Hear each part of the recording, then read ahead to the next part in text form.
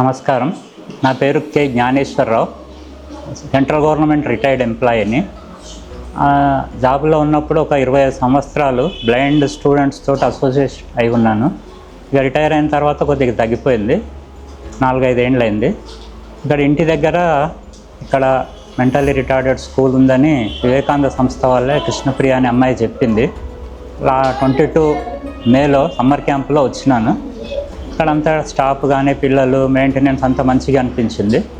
అప్పటి నుంచి రెగ్యులర్గా వస్తున్నాను. ఇంటికి దగ్గరే ఇది. అట్లాగే నా ఫ్రెండ్స్, రిలేటివ్స్, మన బ్లైండ్ స్టూడెంట్స్ వాళ్ళు కూడా వస్తుంటారు.